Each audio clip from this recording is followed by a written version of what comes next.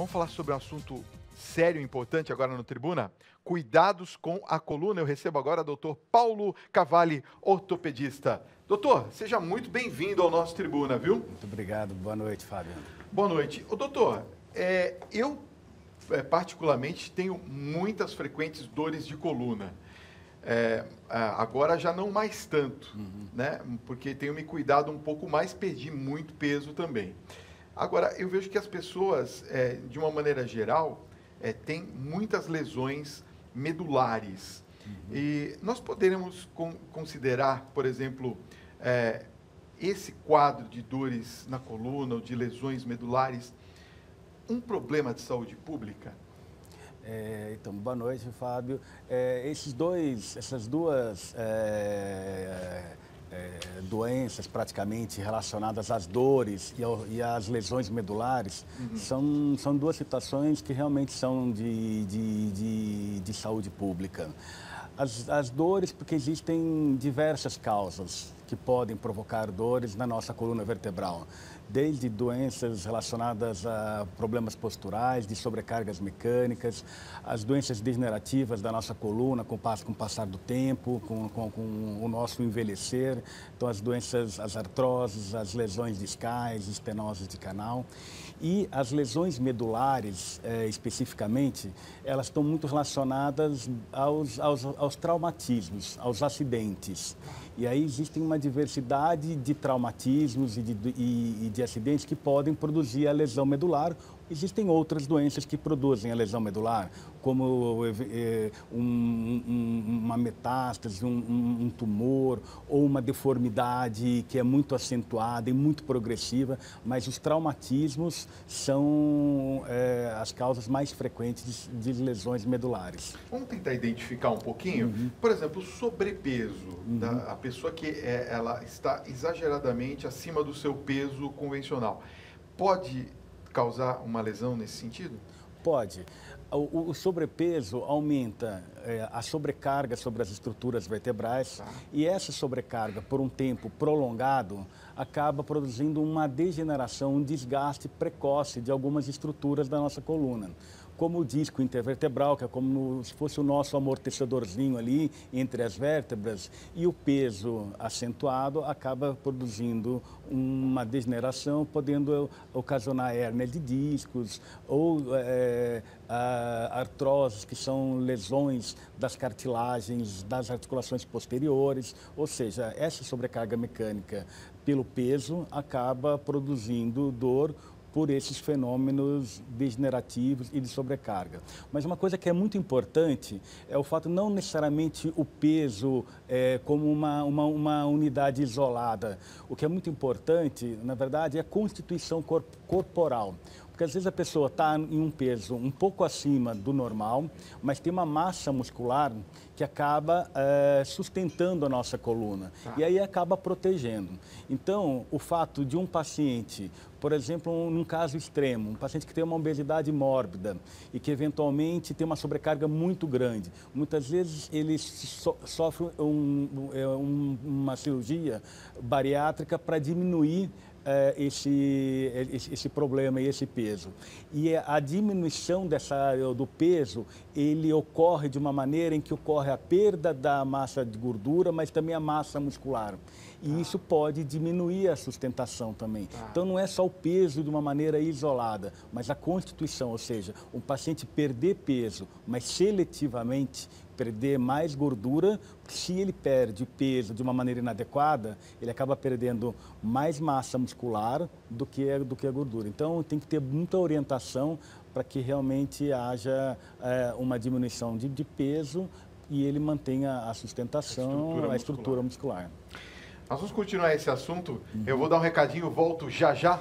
Doutor, olha, eu queria falar um pouquinho sobre algumas situações do dia a dia que nós acabamos encontrando. Por exemplo, eu que dirijo bastante, utilizo, claro, como todos nós, o cinto de segurança. De verdade, o cinto de segurança reduz a incidência de acidentes com lesão na coluna? Isso, Fábio. Ele reduz bastante. O advento da obrigatoriedade de usar o cinto de segurança, ele diminuiu assim, de sobremaneira as lesões traumáticas na nossa coluna vertebral.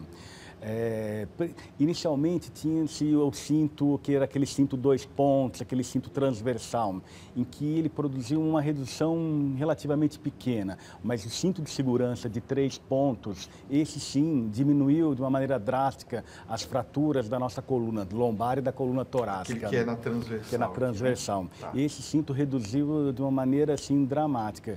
E o grande problema com relação aos acidentes, aí acabou estando relacionada às lesões da nossa coluna cervical, porque o cinto de segurança não protege de uma maneira eficaz das lesões da nossa região cervical.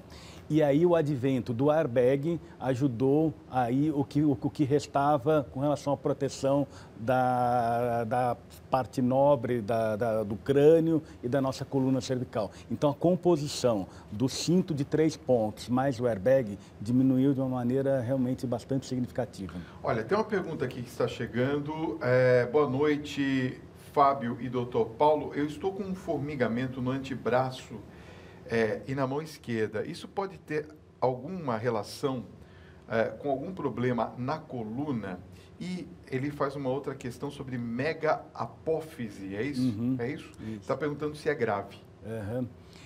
Essa questão com relação ao adormecimento ou formigamento no nosso membro superior, existem várias situações que podem provocar esse adormecimento. Tá. Desde uma alteração vascular, às vezes, alguma alteração arterial, venosa, muitas vezes alguma alteração de nervo periférico, alguma alteração do nervo mediano, que é muito comum, e as pessoas muitas vezes referem àquela síndrome do túnel do carpo, mas pode sim estar relacionado à nossa coluna cervical, porque o nosso membro superior, eles têm toda a inervação partindo da nossa coluna cervical. Então, algum comprometimento, alguma hérnia discal na região cervical pode ter uma compressão dessa raiz e provocar um adormecimento, um formigamento. Então, é fundamental que procure um médico, um especialista, para que faça a diferenciação e o diagnóstico correto dessa situação.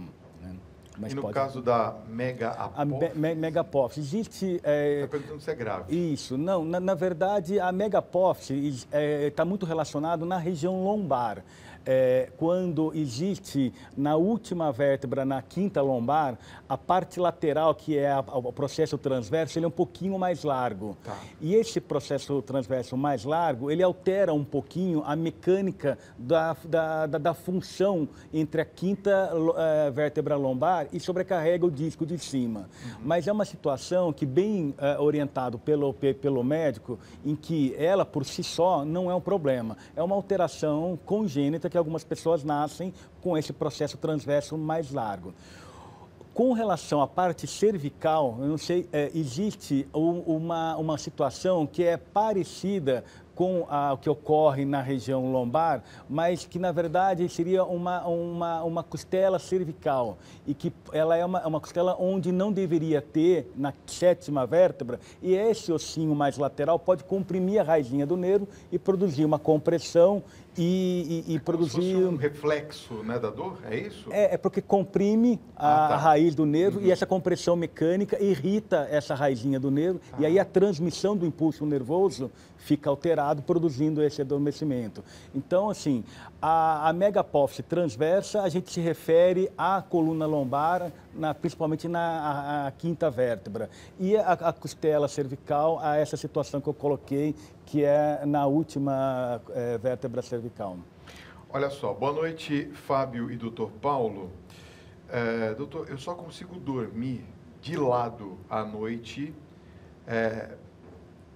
toda. E eu tenho outras posições, no caso, eu tenho dor nas costas. Isso pode ser um problema grave de coluna? É Roberto de Santa Cruz, do Rio Grande do Sul, que está nos acompanhando e perguntando.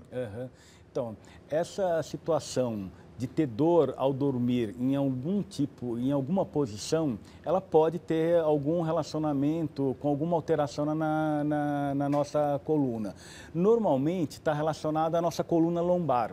Tá. E o importante é saber a característica dessa dor, se é a noite toda, ou seja, é importante que se faça um detalhamento com relação às características dessa dor, mas existe um tipo que é o mais frequente, que é o tipo de uma degeneração, muitas vezes, das articulações posteriores, em que o paciente, quando faz uma hiperlordose, aumenta a pressão dessas articulações e nesse processo de desgaste ou já uma leve artrose, já é suficiente para provocar dor.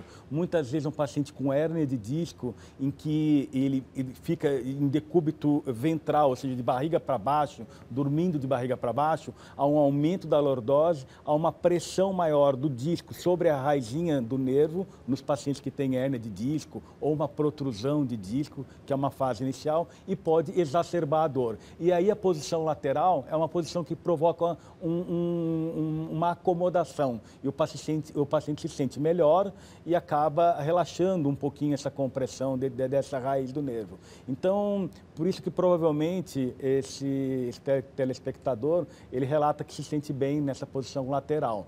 Então, precisa ser investigado se existe algum comprometimento do disco ou da articulação facetária. Por exemplo, tem uma pergunta aqui que é do Edivaldo, de Pindaíba. Ele está dizendo que tem fortes dores na coluna quando ele fica mais de 20 minutos em pé. Uhum. E aqui eu quero acrescentar daquelas mulheres que utilizam um salto muito alto. Uhum. Isso pode acarretar algum tipo de problema na coluna? Tá. São duas situações importantes. Essa primeira situação, que 20 minutos em uma posição em pé, é pouco tempo para que isso seja suficiente para produzir uma determinada dor. Tá. Então, existe alguma coisa errada que precisa ser identificado e ser examinado. É importante que procure um médico, um especialista, um ortopedista, para se fazer essa avaliação. Mas o que é comum é um paciente que tenha algum tipo de lesão nessas estruturas ligamentares, pode ser muscular, uma sobrecarga, que o paciente tem uma fadiga muscular porque não tem um suporte adequado, mas existem diversas causas, desde uma sobrecarga muscular pura ou uma falta de condicionamento muscular até uma lesão de disco ou uma lesão mais grave tem que ser identificado.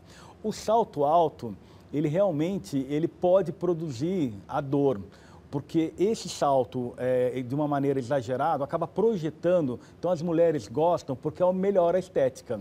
E os fininhos também, né? E os fininhos cada vez mais finos. E aí são piores ainda, porque são dois fatores. O alto, porque projeta o centro de gravidade para frente, então com isso a nossa coluna é projetada para frente, e para que a gente não fique nessa posição, a gente corrige com a coluna e provoca uma hiperlordose.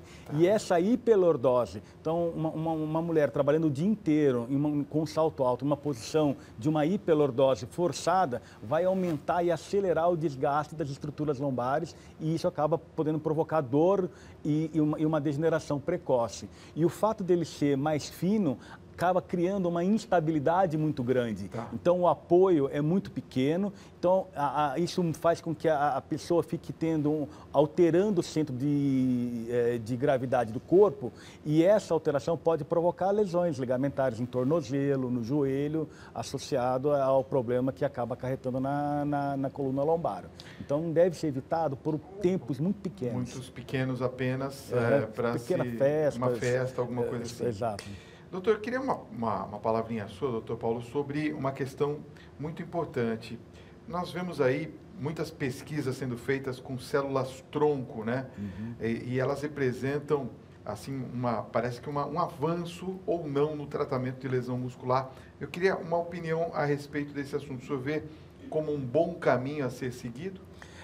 Essa é uma linha de pesquisa que traz um horizonte animador para nós que trabalhamos nessa área específica, com relação especificamente aos traumatismos medulares, em que tem um acidente, em que tem uma lesão, que acaba ocasionando uma paraplegia ou até uma tetraplegia. E a gente sabe que a lesão, quando ela é completa, Fábio, uma vez ela é instalada, ela não tem um tratamento que dê uma recuperação total.